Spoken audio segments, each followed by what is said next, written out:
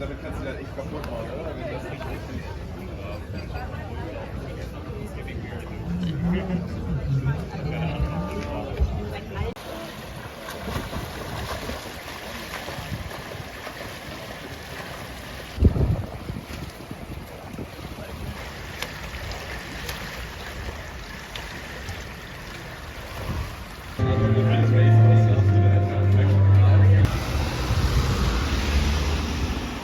Hey everyone, welcome to Roth.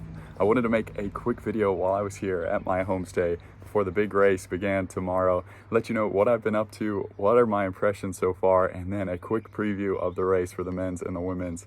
It has been absolutely insane. About 30 hours of travel to get here, and it has been non-stop since I started.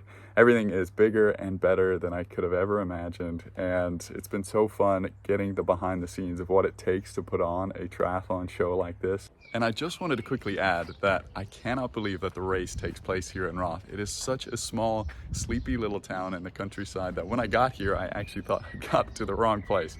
It's just amazing that everybody fits. There's going to be 200,000 plus spectators on race day, and I think the only way that most people fit is because so many people here, I think over 1,000 homestays, host people from everywhere, and it's just really evident of the fact that the people here are so friendly and so welcoming, and I love the race, and it has been a wonderful experience. My homestay has been something that I will never forget, just hanging out in the evenings, telling me stories about the race, and it's just been a great experience that I hope you all get to have one day. So definitely put this race on your bucket list. Okay, back to the rest of the video. I'm so excited to be the field reporter for the race on Sunday. So hopefully, if all the technical things aside work, you'll see a lot of me on there giving updates on the pro race, but as well a lot about the age group race and what the cities are like around this area, and give you some of that hands-on experience, what some of the athletes are going through. So yeah, it's just been crazy watching everything being put together. Just all that is involved in making the production has just been incredible to see how professional and how dedicated they are to making it work flawlessly. And yeah, I never would have imagined. And I'm so excited to be working with Belinda, and Jan is coming today. So that's so exciting. And also, as you could imagine, really nerve-wracking for me to be working alongside those two legends of the sport. And yeah, just amazing to see how much they care about putting on a good show for everyone. And then, yeah, just being all around the pros the last couple of days has been so fun, watching them at the one pool there is here in town, and how much interviews and press and everything they have to do before a race has really blown my mind. They are truly superhuman to manage all that, and the travel here and the last bit of training they have to do, and they're at the expo meeting and greeting everybody, and they have this huge race on Sunday. So I couldn't believe that. That's been another crazy thing to witness. And then, yeah, so quick preview of the race. Why not? I'll be talking a lot about them on Sunday, so I might as well give you a quick preview. On the men's race, and actually before that, I wanted to say that the guy leading the press conference said a really interesting point, and I think it's really true, and that this actually really is the biggest pro race of the year, in my opinion as well, because the men and the women are together, and it really does make it so much more fun seeing the pro men and women, you know, everywhere together at the press conference, on the stage last night at the pasta party. It just makes it so much more epic, I think, and I think Nice will really miss out on that. So yeah, you've got to watch this race. I mean, especially on the women's side. We'll get to them after the men's, so we're going to get into the men's first. And yeah, I mean, Magnus, defending champion, it's hard to look past him. We haven't seen him too much this year, but at the PTO European Open, he was flawless. I mean, had a great performance there, and I think he's even better at the long distance. He has no weakness, although he does have some tough competitors in the swim this time round with the likes of Daniel Backergaard, Ben Canute, Robert Willowiecki, Sam Laidlow. So they'll be trying to get a gap on him for sure. But Magnus has proven that he can do anything on the bike that he wants.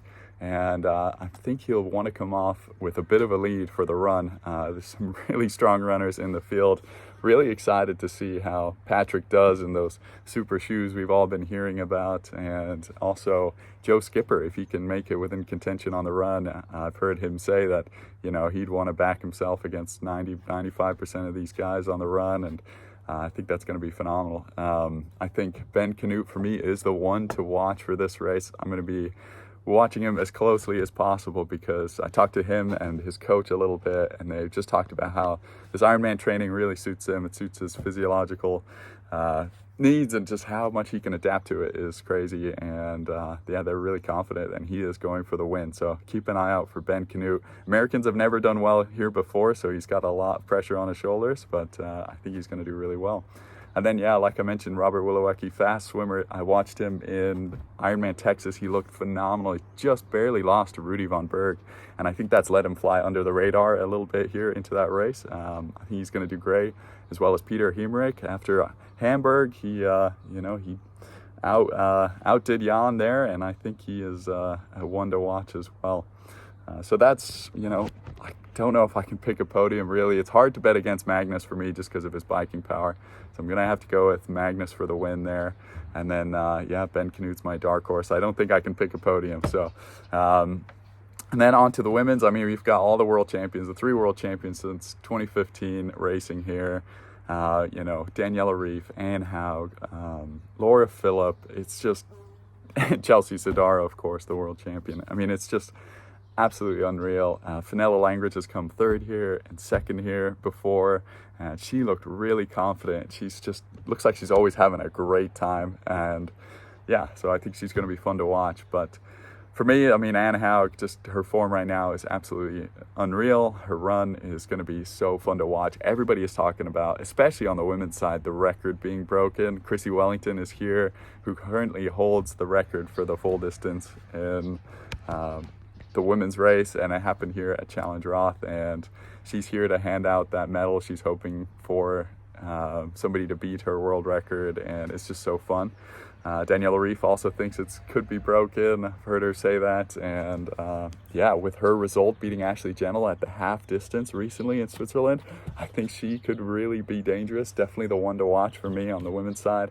Chelsea Sodaro as well. She's been saying that she hasn't even shown what she's fully capable of yet, and that her Kona performance was just the tip of the iceberg. So that is going to be remarkable if she does an even better performance than that. Her coach is here with her. Her family is here with her. She looked relaxed. I met her there at the expo yesterday, and she looks happy and relaxed and ready to go.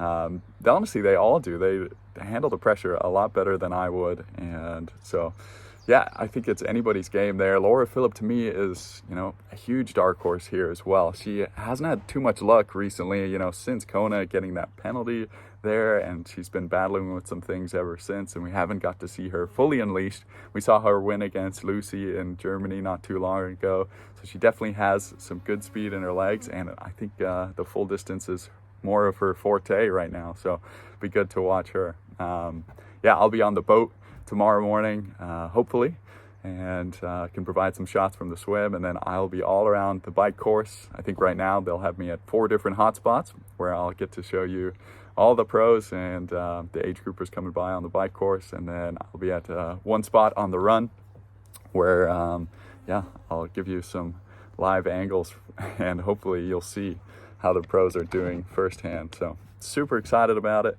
a little bit nervous, as you could imagine. To everyone I've met here so far that's happened to see my shirt or just come up to me and recognize me and had a chat, it's been so great to meet all of you, and I hope to do this more in the future. This is really exciting, And thank you all for all your support. We're almost at 10,000 subscribers. Can't believe it. This channel has grown way more than I ever thought it would. And I'm just having a blast doing it. So yeah, hopefully you guys all tune in tomorrow morning. For all of those US listeners, that's going to be a late night. So hopefully you watch it when you wake up in the morning. And yeah, can't wait for the race. Let me know your predictions down below. I didn't really give you my women's prediction. I think I picked Anne Hag before, but after seeing Chelsea, I think I'm going to pick Chelsea Sodaro for this one. So those are my picks, Agnes, Chelsea Sodaro, and I think the ones to watch are Ben Canute and Daniela Reeve. She's unbeaten here. I think she could do really well. So thank you for staying tuned for this sporadic episode, but I wanted to give you guys a quick preview and just share some of the excitement I have for this race. So put your predictions down below, and I'll try to respond to them before the race begins. So thanks, guys. See you later. Bye.